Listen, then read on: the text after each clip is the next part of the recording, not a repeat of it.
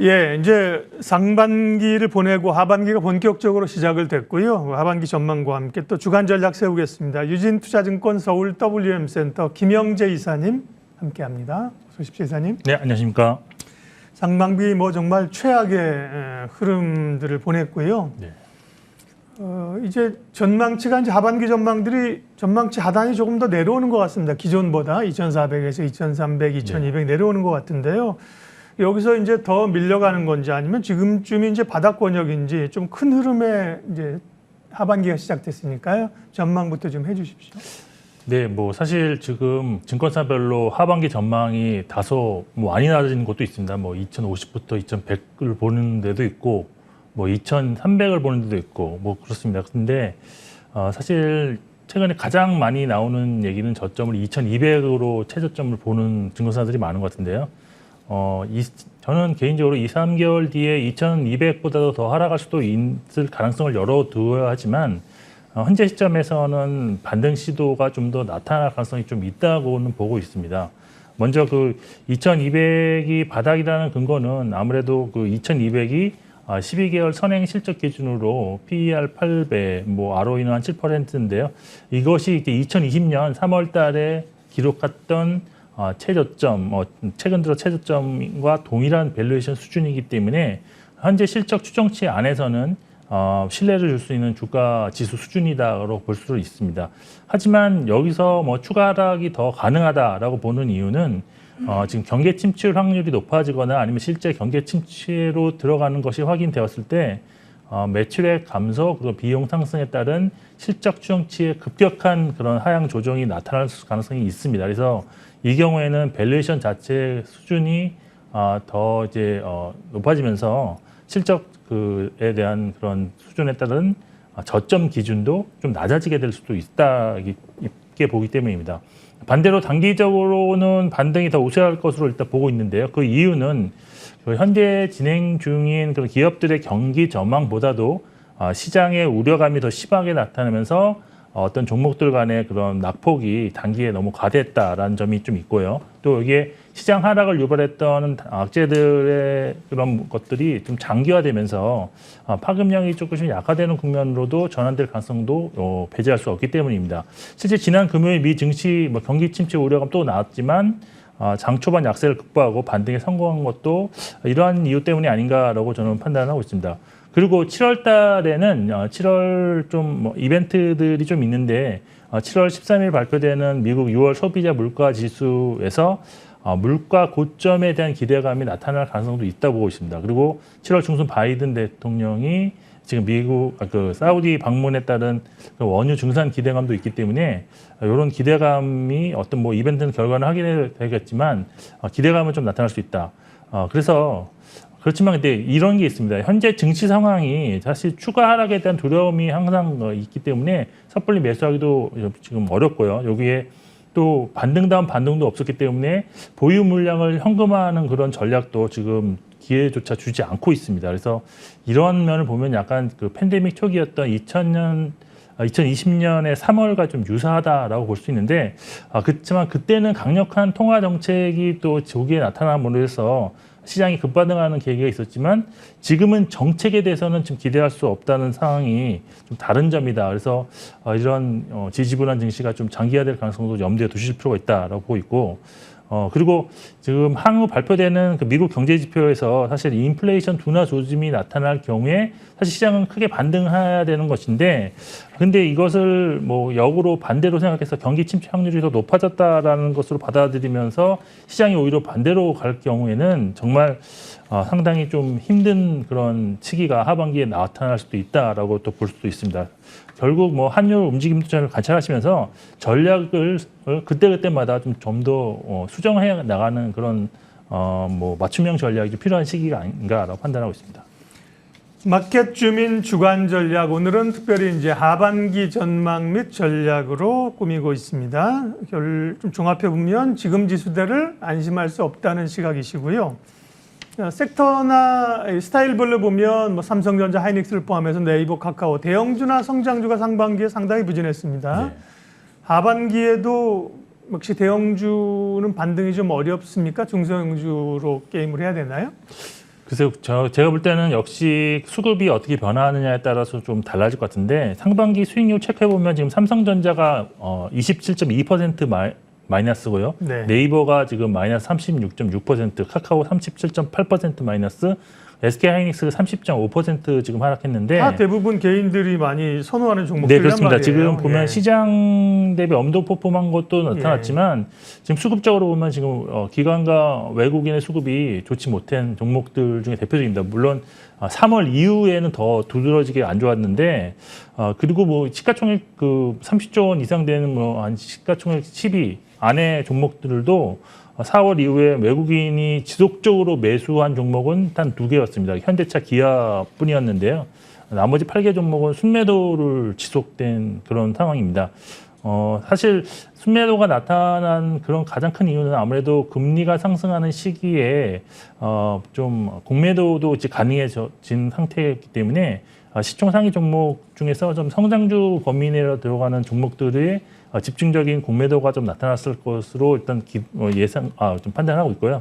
하반기에 이러한 흐름이 좀 개선되기 위해서는 전체 시장에서의 외국인 매수 전환이 가장 필요하다라고 보고 있고 아니면 금리가 지금 급격히 상승 중인데 지금 이러한 금리 인상 폭이 좀 상승 폭이 좀 둔화되는 시기가 왔을 때 상대적으로 오히려 뭐 강한 반등이 이 종목 위주로 좀 나타날 수도 있을 것으로 보십니다.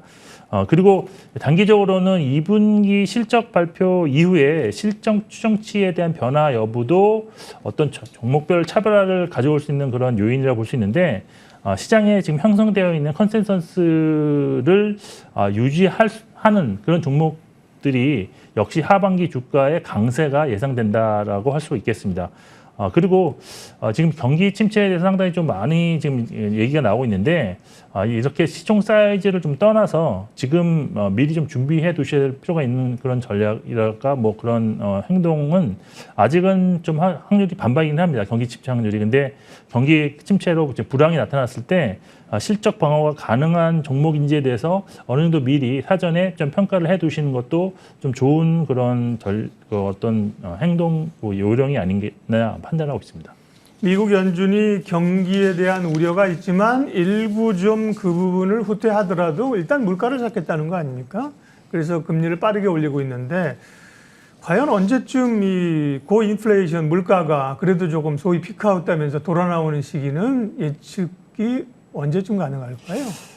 네, 뭐 사실 높은 물가 수준은 지속될 수밖에 없을 것으로 보고 있지만 사실 예. 말씀하신 것처럼 주식시장에서 지금 바라고 있는 인플레이션 피크아웃 시기는 저는 개인적으로는 7월 아니면 늦어도 3분기 내에는 나타날 것으로 보고 있는데 그 이유는 지금 인플레이션 항목 중에서 가장 비중이 높은 에너지 가격 그리고 식료품 가격 증가세가 꺾일 수도 있는 그런 상황이 좀 발생하고 있기 때문입니다. 먼저 그 국제 유가 살펴보시면 지금 WTI 기준 배럴당 뭐 105달러, 100에서 110달러 사이로 왔다 갔다 하고 있는데요. 이는 3월에 기록한 123달러 대비 한 15% 정도 하락한 수준이고요. 곡물 가격 역시도 지금 밀, 옥수수, 대두 가격이 최고 가격 대비로는 각각 32% 그리고 9%, 5% 하락한 상태에 있는데 지금 추세적으로 보면 월간 기준으로 보면 약간 하락 쪽으로 길어지고 있는 것 같습니다. 아무래도 뭐 경기 침체 가능성이 좀 높아지면서 이들 인플레를 주도했던 그런 가격들이 좀 더 하락하고 있는 것이 아닌가라고 보고 있는데요. 여기에 그다음에 에너지와 식품을 제외한 미국의 그런 개인 소비 지출의 경우에도 절대적으로는 아직 무조건 높습니다. 그렇지만 상승률이 월간으로 조금씩 하락하거나 지금 이제는 플랫해지는 그런 상황이기 때문에 빠르면 그래서 7월 발표 CPI에서 상승률 둔화, 그러니까 인플레이션 피크아웃 가능성이 좀 나타날 수도 있지 않나라고 보고 있습니다. 그렇지만 서두에도 잠깐 말씀드린 것 같은데요. 3분기 내로 물가 상승률이 고점이 나타난다 하더라도 시장의 반응이 기대만큼 좋을지에 대해서는 좀 확신할 수가 없는데 투자 심리가 좋지 못한 상황에서 상승률보다는 절대적으로 높은 물가 지수에 좀 더 그런 것을 평가할 수도 있기 때문입니다. 결국 그리고 또 하나 이제 문제가 심각하게 좀 될 수 있는 것은 경기 후퇴와 동시에 지금 인플레이션이 유지되는 스태그플레이션이 지금 자주 언급되고 있는데요. 지금 사실 높아진 비용 부담으로 인해서 빅테크 기업들도 최근에 그 신규 고용을 좀 자제하고 그 기존 직원들을 해고하는 모습이 좀 자주 나타나고 있어서 이러한 것들이 결국은 실업률 상승으로 좀 이어질 가능성이 높기 때문에 업종별 차별화 그리고 양극화 현상이 좀 더 심해질 수도 있다라고 볼 수 있습니다.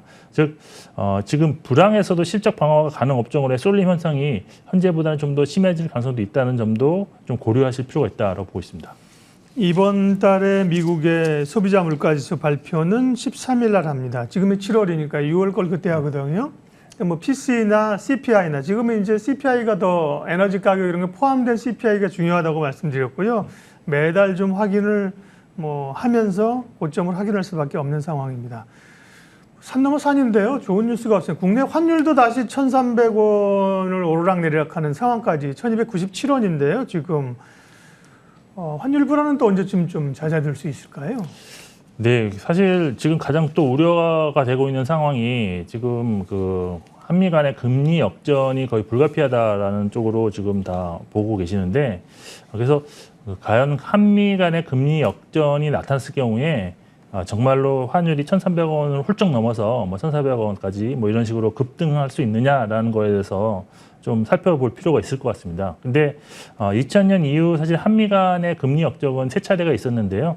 그때도 뭐 환율 상승 요인으로 작용은 했지만 이렇게 금리 역전만으로 급격한 자본 유출에 따른 그런 뭐 환율의 큰 폭 상승은 없었다라는 것이 지금 경험적으로 보였기 때문에 결국 이번에도 큰 폭 상승은 나타나지 않을 것으로 보십니다. 그 이유가 아무래도 외국인들이 그 자금 유출을 결정할 때 그 기준이 되는 것은 금리 역전 이후의 그런 환율 전망 그리고 한국의 경제 펀더멘털이 훼손될 수 있는지에 대해서 좀 더 중요하게 볼 수 있기 때문인데 그렇기 때문에 이번에도 그렇게 크지 않을 가능성이 있다라고 보고 있습니다. 하지만 좀 유의 있게 보실 필요가 있는 것은 최근에 있었던 2018년 3월부터 2020년 2월까지의 그런 금리 역전 기간에는 외국인 전체 자금은 한 403억 달러 순유입이 있었지만 주식시장에서는 83억 달러가 나갔다는 점도 좀 고려를 해볼 필요는 있을 것 같습니다. 다만 그 기간 동안 환율이 약 한 150원 정도 상승을 했는데요. 그렇지만 그 2018년 4월이 그 금리 역전 시작 지점이 2015년 이후에 원화 가치가 가장 강했던 1,060원 수준이었다는 점에서 이런 점은 좀 지금과는 좀 다른 상황이 좀 나타날 수도 있다라고 보고 있습니다. 결국 뭐 향후 그 원말 한 달러 연말 원달러 환율은 사실 경기 침체에 대해서 안전자산 선호 현상이 더 나타나지만 않는다면 이 수준에서 큰 폭의 상승은 좀 어렵지 않나라고 보고 있는데 사실 연준의 공격적인 긴축이 연말 정도 되면 어느 정도 완화될 것으로 일단 기대할 수 있겠고요. 또한 각국 중앙은행의 금리 인상에 대한 대응도 더욱더 빨라질 수 있기 때문입니다. 결론적으로 보면 현재 글로벌 경제 차원에서 어떤 큰 충격이 나타나지 않는 한 환율의 상승폭이 크지는 않을 것으로 일단 보고 있습니다. 약세장이란 건 인정을 하고요. 일단은 반등다운 반등이라도 좀 나와야 포트를 조정하던 차익을 좀 실현하더라 할 텐데 워낙 약해서요. 그래서 이제 어떻게 됩니까? 투자 전략 마무리해 주십시오. 네, 일단 단기적인 반등이라든지 아니면 또 2, 3개월 반등이 나오더라도 약세장은 일단 좀 지속된다는 점을 좀 항상 고려를 하셔야 될 것 같고 그리고 이제는 정말 경기 침체가 나타날 가능성에도 좀 대비하는 자세가 좀 필요하지 않나라고 보고 있습니다. 그리고 사실 외국인이 지금 순매수 전환하는 게 가장 지금 성급하지 않나 좀 가장 시급한 사안이지 않나라고 보는데 그 전까지는 일단은 매매를 하시더라도 좀 단기로만 좀 매매하시는 전략으로 대응하실 필요가 있을 것 같습니다.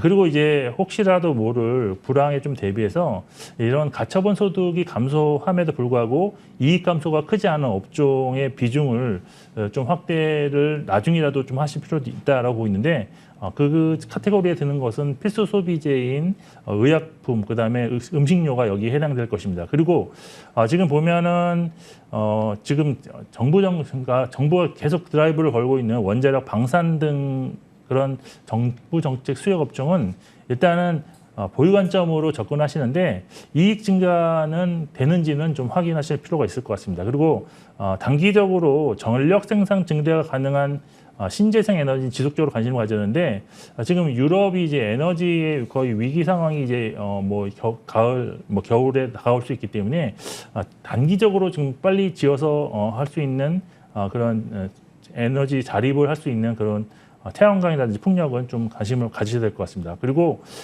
불황에도 상대적으로 유리했던 것이 아무래도 산유일 거고, 그리고 최근에 금융시장이 피난처로고 여기져 있는 중국 관련 업종도 관심을 가져야 되는데 건설업, 기계업종이 여기 섞어갈 것입니다. 그리고 향후에 아직은 아니지만 자발적으로 소비 절약이 나올 가능성이 있습니다. 그래서 지금 리오프닝 피해주로 보고 있었던 OTT라든지 게임 등 리오프닝 피해주도 다시 한번 좀 관심을 가져보는 시기가 될 가능성도 있지 않나라고 판단하고 있습니다. 예, 단기적으로 신재생에너지 중국 관련 종목 리오프닝 관심주 전략 주셨습니다. 유진투자증권 김영재 이사님과 함께 오늘은 하반기 증시 전망과 대응 전략 세웠습니다. 고맙습니다.